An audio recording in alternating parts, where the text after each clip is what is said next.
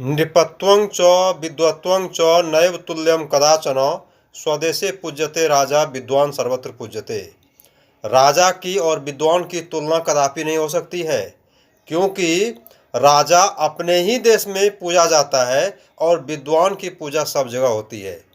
विद्वान जिनके पास ज्ञान है, ज्ञान एक ऐसी कुंजी है कि जिसके बल पर आप पूरी दुनिया में भी अपना जलवा बिखेर सकते हैं। आपका ज्ञान आपको हमेशा कामयाब बनाता है और आपके ज्ञान के बल पर आप ही नहीं, आप पूरे समाज को, राज्य को दिशा दिखा सकते हैं और एक नए दिशा में चलने के लिए लोगों को प्रेरित कर सकते हैं, इंस्पायर कर सकते हैं।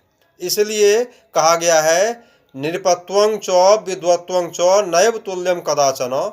स्वदेशे पूज्यते राजा विद्वान सर्वत्र पूज्यते। राजा और विद्वान की तुलना कभी नहीं हो सकती है। विद्वान हमेशा कामयाब है, राजा तो अपने ही देश में